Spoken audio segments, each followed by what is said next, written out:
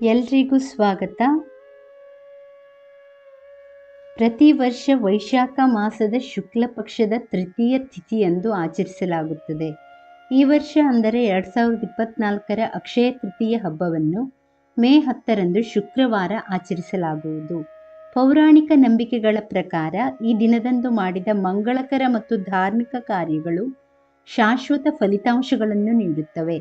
ಅಲ್ಲದೆ ಈ ದಿನದಂದು ಯಾವುದೇ ಶುಭ ಅಥವಾ ಮಂಗಳಕರ ಕಾರ್ಯಗಳನ್ನು ಮಾಡಲು ಪಂಚಾಂಗವನ್ನು ನೋಡುವ ಅಗತ್ಯವಿಲ್ಲ.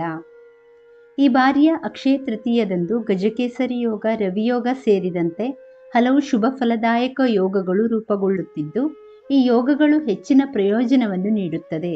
ಅಕ್ಷಯ ತೃತೀಯದಂದು ಹೀಗೆ ಮಾಡುವುದರಿಂದ ಜೀವನದಲ್ಲಿ ಐಶ್ವರ್ಯ, ಸಂತೋಷ ಮತ್ತು ಶಾಂತಿ ದೊರೆಯುತ್ತದೆ ಮತ್ತು ವರ್ಷವಿಡೀ ಹಣ ಹಾಗೂ ಧಾನ್ಯಗಳ ಕೊರತೆ ಎದುರಾಗುವುದಿಲ್ಲ.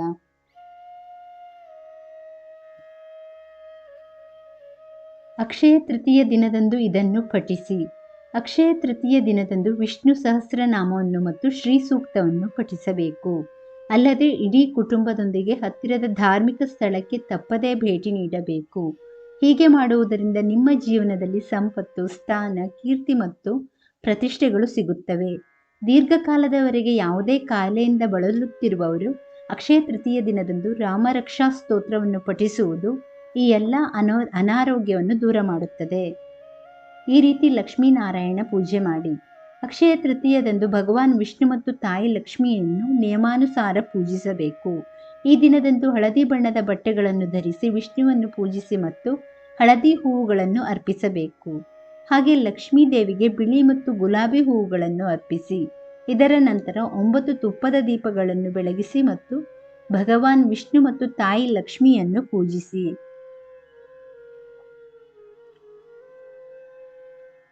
ಅಕ್ಷಯ ತೃತೀಯ ದಿನದಂದು ಇದನ್ನು ಪಠಿಸಿ.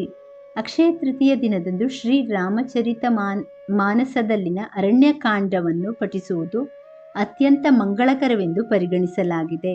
ಈ ವಿಭಾಗದಲ್ಲಿ ಭಗವಾನ್ ರಾಮನು ಋಷಿಗಳು ಮತ್ತು ಸಂತರನ್ನು ಭೇಟಿ ಮಾಡಿ ಜ್ಞಾನವನ್ನು ಪಡೆದಿದ್ದಾನೆ ಎನ್ನುವ ಉಲ್ಲೇಖವಿದೆ. ಈ ಕಾಂಡವನ್ನು ಪಠಿಸುವುದರಿಂದ ಭಗವಾನ್ ಶ್ರೀರಾಮನ ಆಶೀರ್ವಾದವನ್ನು ಪಡೆಯುತ್ತಾರೆ ಮತ್ತು ಜೀವನದಲ್ಲಿ ಮುನ್ನಡೆಯಲು ದಾರಿ ದೊರೆಯುವುದು. ಅಕ್ಷಯ ತೃತೀಯದಂದು ಈ ಕೆಲಸವನ್ನು ಮಾಡಿ.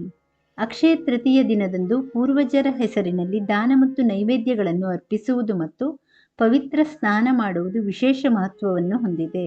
ಈ ದಿನದಂದು ನೀವು ಪೂರ್ವಜರ ಹೆಸರಿನಲ್ಲಿ ಶ್ರಾದ್ದವನ್ನು ಮಾಡಿದರೆ ಅದಕ್ಕೆ ವಿಶೇಷ ಮಹತ್ವವಿದೆ ಮತ್ತು ಪೂರ್ವಜರ ಹೆಸರಿನಲ್ಲಿ ದಾನ ಮಾಡುವುದರಿಂದ ನೀವು ಶಾಶ್ವತ ಫಲಿತಾಂಶಗಳನ್ನು ಪಡೆಯುತ್ತೀರಿ.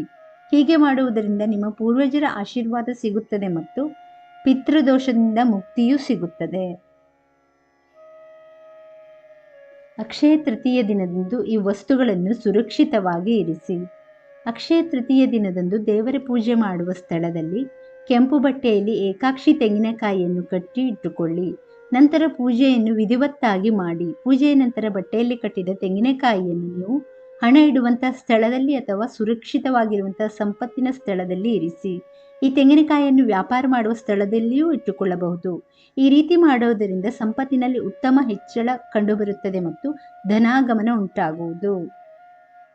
ಅಕ್ಷಯ ತೃತೀಯದಂದು ಪವಿತ್ರ ನದಿ ಸ್ನಾನ. ಅಕ್ಷಯ ತೃತೀಯ ದಿನದಂದು ಗಂಗಾ ಅಥವಾ ಯಾವುದೇ ಪವಿತ್ರ ನದಿಯಲ್ಲಿ ಸ್ನಾನ ಮಾಡುವುದು ವಿಶೇಷ ಮಹತ್ವವನ್ನು ಹೊಂದಿದೆ. ಸ್ನಾನದ ನಂತರ ಬಡವರಿಗೆ ಮತ್ತು ನಿರ್ಗತಿಕರಿಗೆ ದಾನ ಮಾಡಿ. ಹೀಗೆ ಮಾಡುವುದರಿಂದ ಜೀವನದ ಪ್ರತಿಯೊಂದು ಕ್ಷೇತ್ರದಲ್ಲೂ ಶಾಶ್ವತ ಫಲಿತಾಂಶಗಳನ್ನು ಮತ್ತು ಯಶಸ್ಸನ್ನು ಪಡೆಯುತ್ತಾರೆ. ಧಾರ್ಮಿಕ ನಂಬಿಕೆಗಳ ಪ್ರಕಾರ ಅಕ್ಷಯ ತೃತೀಯದಂದು ತೀರ್ಥ ಸ್ನಾನವನ್ನು ಮಾಡುವುದರಿಂದ ವ್ಯಕ್ತಿಯನ್ನು ಜನನ ಮತ್ತು ಮರಣದ ಬಂಧನದಿಂದ ಮುಕ್ತಗೊಳಿಸಲಾಗುತ್ತದೆ. ವೀಕ್ಷಕರೇ, ಈ ಮಾಹಿತಿ ಇಷ್ಟವಾದಲ್ಲಿ ದಯವಿಟ್ಟು ವಿಡಿಯೋವನ್ನು ಲೈಕ್ ಮಾಡಿ, ಚಾನಲನ್ನು ಸಬ್ಸ್ಕ್ರೈಬ್ ಮಾಡಿ. ಕೇಳಿದ್ದಕ್ಕಾಗಿ ಧನ್ಯವಾದಗಳು. Thank you for watching. Please like, share, comment and subscribe to Ayushvani.